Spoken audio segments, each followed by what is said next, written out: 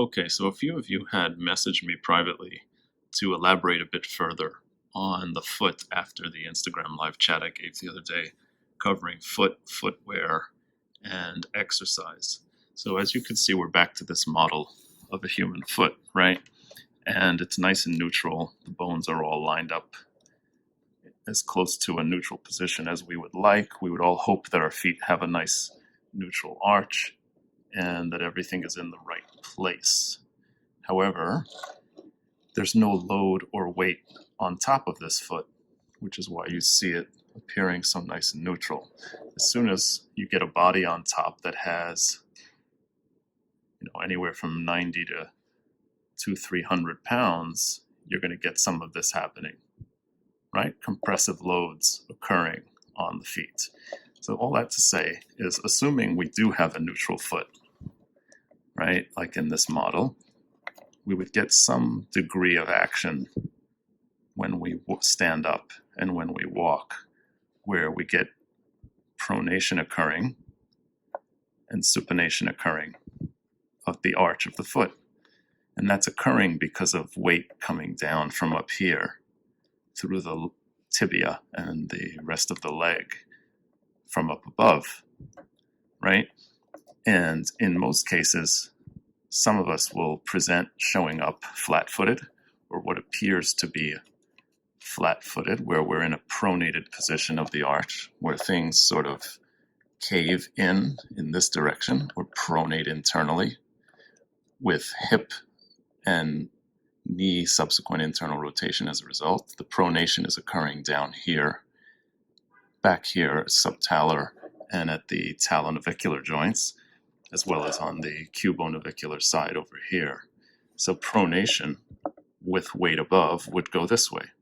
Supination would subsequently raise the arch, as in some high-arched folks who live with high arches, and that'll have a subsequent external rotation at the knee and hip. All this to say is, a question that was very interesting that came in with regard to this is fluid motion or fluid pumping through the ankles and feet, and what it means when we have like an accumulation of fluids building up in the lower extremities, right? Like lymphedema or retention of water and that sort of thing, where you see puffiness around the ankles, right? And I imagine that can occur regardless of where your bones are positioned or any degree of compensations you'll have through all of these little bones. But if you'll watch for a moment, if when we walk, this kind of an action occurs, when we go to take, first we come down into heel strike, right? On the outside of the calcaneus, as the foot comes across to take a preparation for another step, this push off occurs and you get this sort of swing action. So heel comes down, outer foot dominates, then the middle foot, where this first ray hits the ground, allows for force production to push off, right? So when you land on your heel, you get pronation, and then at push off, force production with some turning and torque and rotation to then foot leaving the ground again. So what's occurring here is when your foot hits the ground reaction force is body weight on top, right? Load coming through the midfoot and up in here, right? Fluids in the foot, like blood and lymph, are getting shoved up into the leg, shoved upward to circulate through the body. And then when the foot comes up through here and leaves the ground, the fluids come back down into the foot. And each time your foot hits the ground in gait and walking, you're getting a pumping action of the lymphatic and the blood circulation through this whole lower extremity, through in between here in the interosseous membrane, and then distributing through the foot to all the necessary tissues. That pumping is the delivering of nutrition to all these tissues, and then the evacuation of toxic material, dead cells, etc. And you want that continuous exchange of fluid to occur during gait. Now, for many of us who present flat-footed, right, or high arch, the variations in the pathways of fluid motion will vary.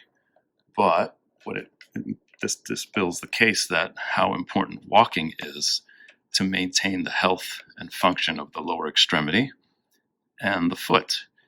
Circulation is the key to maintaining healthy tissues, healthy bone, healthy fascia, and adequate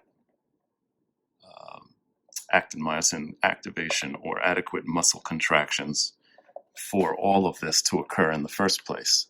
Okay, so just a little more detail on circulation of the foot and how some of these positions are impacted. Walking, nonstop walking with a set amount of time, it could be 5 minutes, it could be a half hour, it could be 3 hours, whatever you really prefer. I think there's not much argument that if you're able to walk and you're not in pain, how it will lend itself to a healthier lower extremity for lymphedema, but also for the mechanics of maintaining healthy, strong muscles through the feet throughout your lifetime. Again, compensation patterns like bunions, which a lot of folks present with, where you see this occurring. You see these big toes veering out to the outside, and then that bone protrudes. You're going to have variations like rotation down here, either this way, where everything curls off to the outside, or the other direction. It really depends on the person, what's going on through here, what all these guys are doing. You'll get some overlapping sometimes. You'll get corn development and hammer toes out here, rubbing this inside of your shoes. Those are all very specific cases that I can't address here and that have very person-specific influence as far as in an exercise setting. But the purpose of this video was just to clarify how fluid pumping, motion, and circulation are intimately intertwined in the function of the lower extremity and foot. And gait is your best bet at pumping fluid in and out of that foot with each step you take. Okay, hope that was a little more informative, and if any questions come up, I'll do my best to address them. Thanks a lot.